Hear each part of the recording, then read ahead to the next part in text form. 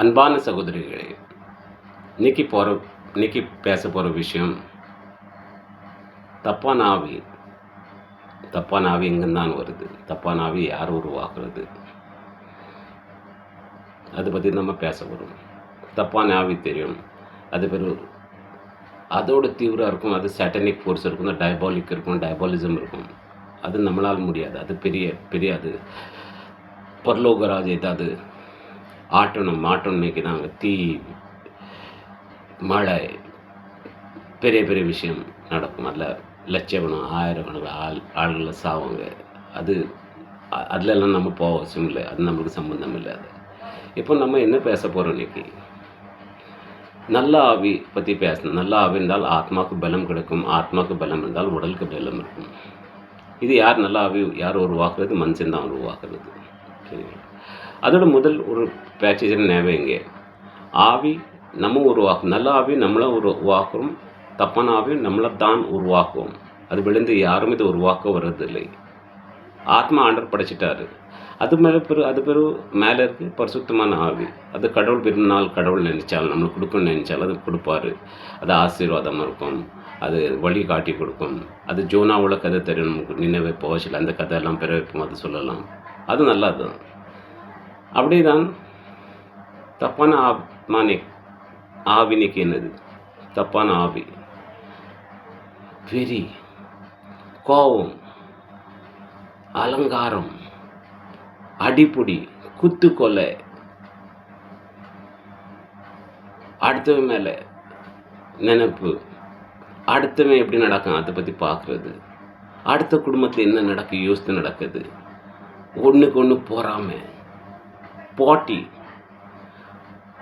அவளுக்கு 2 லட்சம் பணம் சம்பளம் இருந்தாலும் அப்போ நம்ம பிள்ளைக்கு அதான் பார்க்கணும். நம்ம பிள்ளைக்கு நல்லா வேலை கிடைக்கணும், சந்தோஷமாக வேலை கிடைக்கும், அது பார்க்க முடியுங்க. அவன் வீட்டில் ஒரு சூழ்நிலை இருந்தால், அவன் வீட்டில் 2 வண்டி இருந்தால் அப்போ நம்ம வீட்டில் 3 வண்டி வேணும்.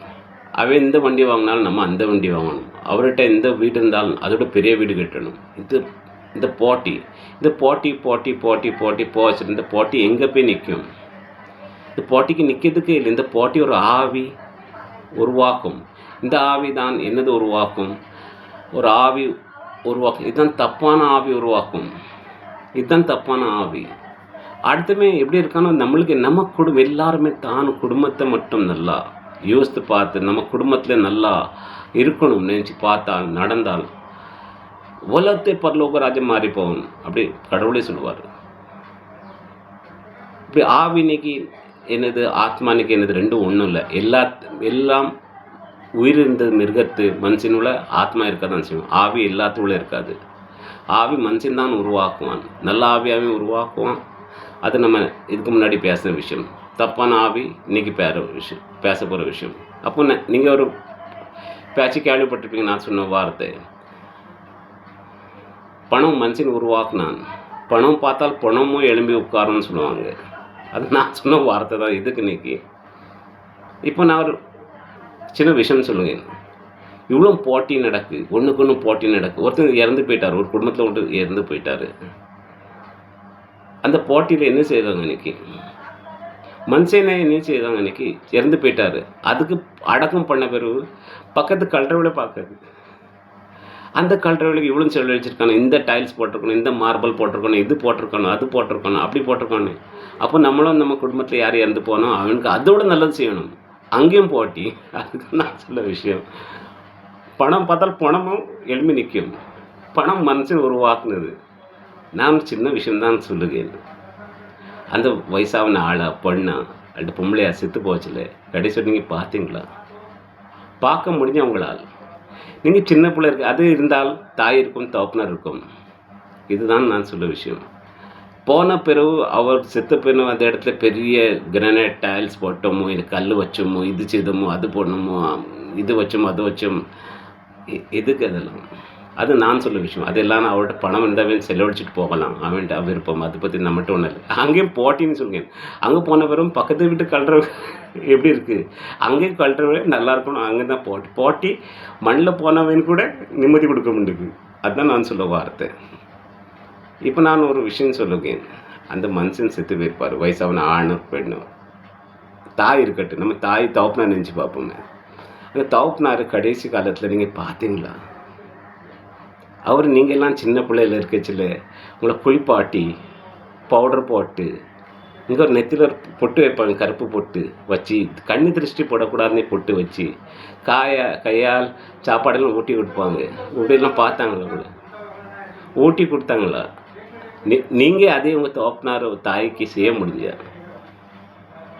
ஆனால் அந்த நேரத்தில் என்ன சொல்லுவாங்க மனுஷன், என்கிட்ட நேரம் இல்லை. அப்படி தாய் தகப்பனார்ட்டும் நேரம் இல்லாமல் போனால் நீங்கள் எங்கே இருக்கிறீங்க அந்த இடத்துல இன்றைக்கி இருந்து முடிஞ்சிருக்குமா? கொஞ்சம் யோசித்து பார்க்கணும். நம்மளால் உண்மையால் முடிஞ்சிருக்குமா?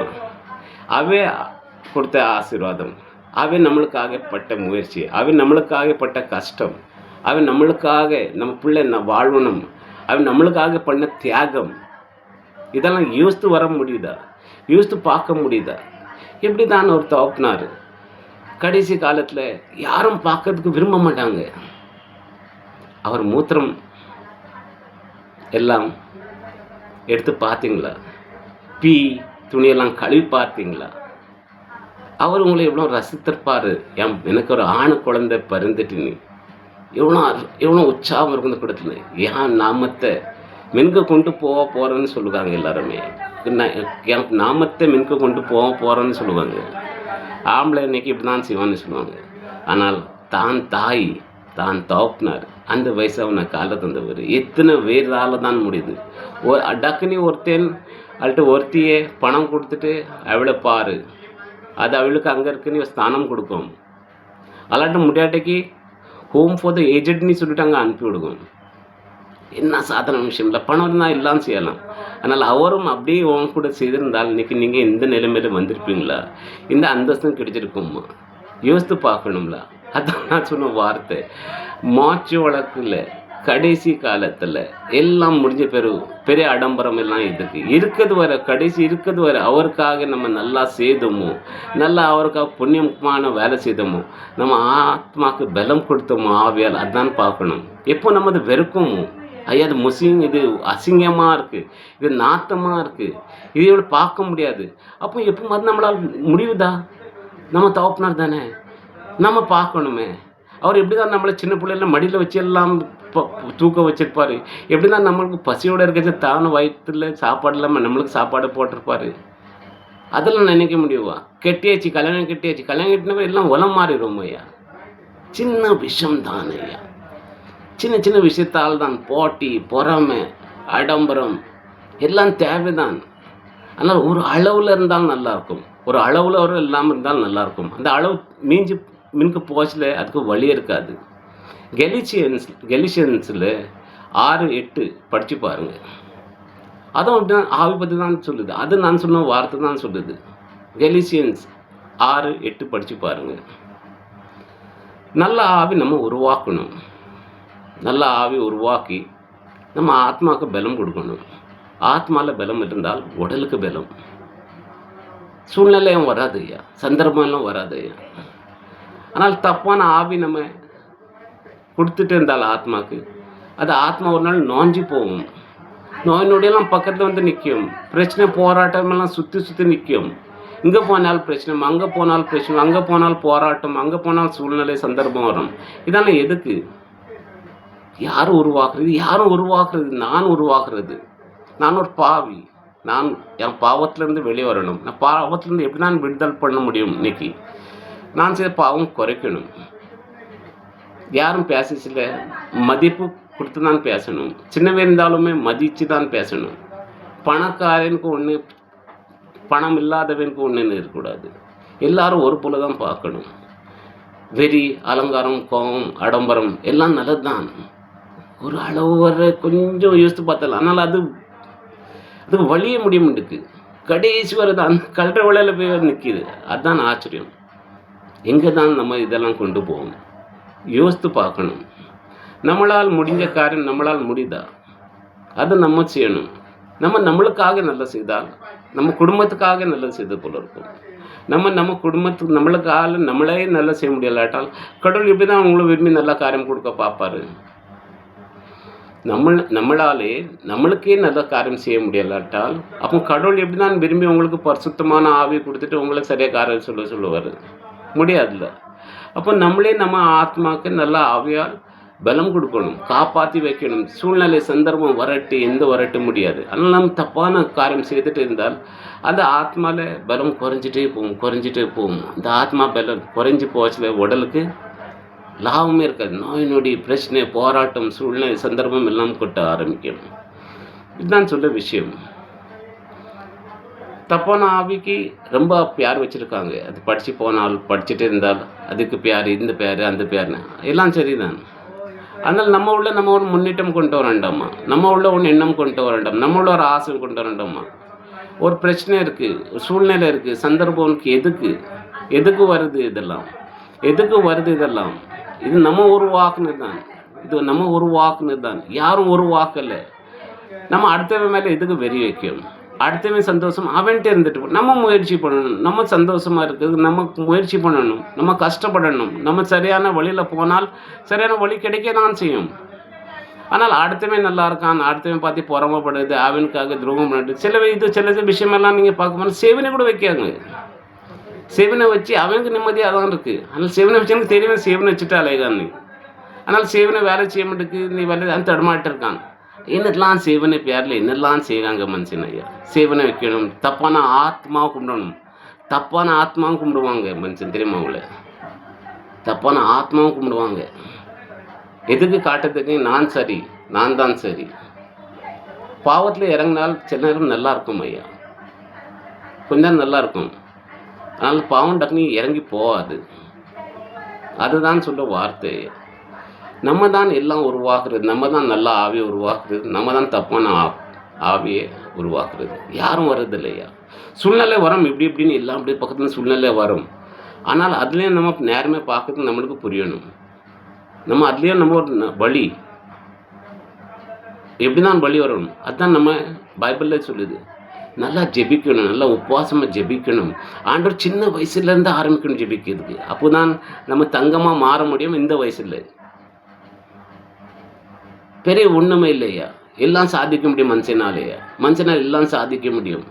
அந்த விஸ்வாசம் நம்பிக்கை இருந்தாலே போதும். அவ கேட்டது சொல்ல வார்த்தை கடுகு அளவில் விஸ்வாசம் நம்பிக்கை இருந்தாலே போதும். அந்த மலை கூட தண்ணியில் சொல்லி போக சொன்னால் போயிடும். அப்படி இந்த மல்பரி மரம் பற்றி எப்படி தான் சொன்னார் ஐயா? இந்த மல்பரி மரமும் எப்படி தானே ஐயா?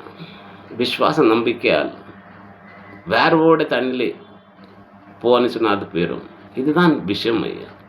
எதுக்கு அடுத்தவன் சந்தோஷம் அவன் கொடுத்தது. அவன் நல்லா செய்த காரியத்துக்கு ஆண்டவர் ஆசீர்வாதப்படி இருப்பார்.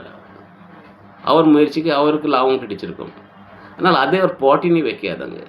போட்டி ஒரு நாளுமே போட்டி எங்கேயும் போக போகிறதில்லை. எல்லோரும் மண்ணில் தான் செய்வான். இந்த போட்டி தவப்பினார் பேர் பிள்ளைகள் போட்டி போடுறது, பொம்பளைகள் போட்டி போடுறதோ. அவள் இவ்வளோ நகை போட்டிருக்கா, அப்போ நான் அதோட அதே நகை போட்டிருக்கேன். அவள் இத்தனை 1000 ரூபாய்க்கு சேலை 30,000 ரூபாய்க்கு சேலை வாங்கியிருக்கானே, நான் 40,000க்கு சேலை போடுவேன். அவர் வீட்டில் இந்த வண்டி வந்திருக்கு, இன்றைக்கி நான் அந்த வண்டி வாங்குவேன். அவர் இப்படி வசதியாக வச்சு செலவழிச்சிருக்காரு, அப்போ நான் அதுக்கு 2 மடங்கு செலவழிப்பேன். அதுக்கு மாதிரி என்ன தெரியுமா ஒன்று பெரியது? இது இங்கே நிற்காது. நாளைக்கு பணம் இல்லாட்டிக்கு என்னதான் தெரியுமா? லோனில் போவாங்க. சிரிப்பு. இப்படி தான் உங்களுக்கு ஆசை திருத்தம் முடியும்னுக்கு உங்களால். நம்மளுக்கு அது செய்யணும் பிறகு பேங்க் லோனில் தான் போவாங்க. நகை நட்டெல்லாம் அடை வைப்பாங்க. நாளைக்கு ஏதாவது வருமானம் முடிஞ்சால் எல்லாம் கரைஞ்சி போகும். திரும்பி ரோட்டில் நிற்க எல்லாமே வரக்கூடாது. எதுக்கு நிற்க? அலங்காரத்துக்கு காரணம்.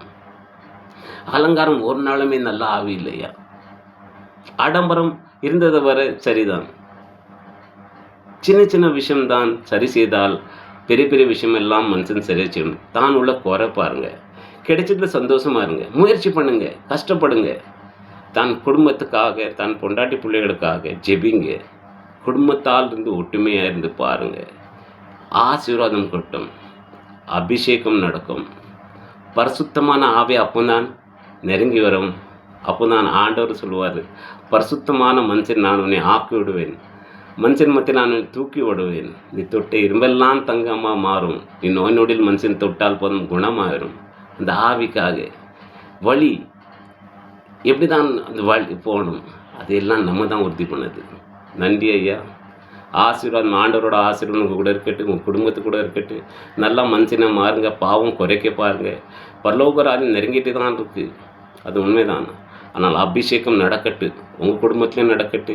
நல்லா மனுஷனை வாழ்வோம் ஐயா. நல்லா மனுஷனை வாழ்ங்க, குடும்பத்தோட ஜெபம் பண்ணுங்க. குடும்பம் உங்களை ஆசீர்வதிக்கிட்டு எல்லாம் ஈவு, இரக்கம், கோபம், வெறி எல்லாமே உங்கள் உள்ள குறைஞ்சி போகட்டு. இயேசுவின் நாமத்தால் ஜெபிச்சு இயேசுவோட ஆவியால் நிரப்பி விடட்டும்.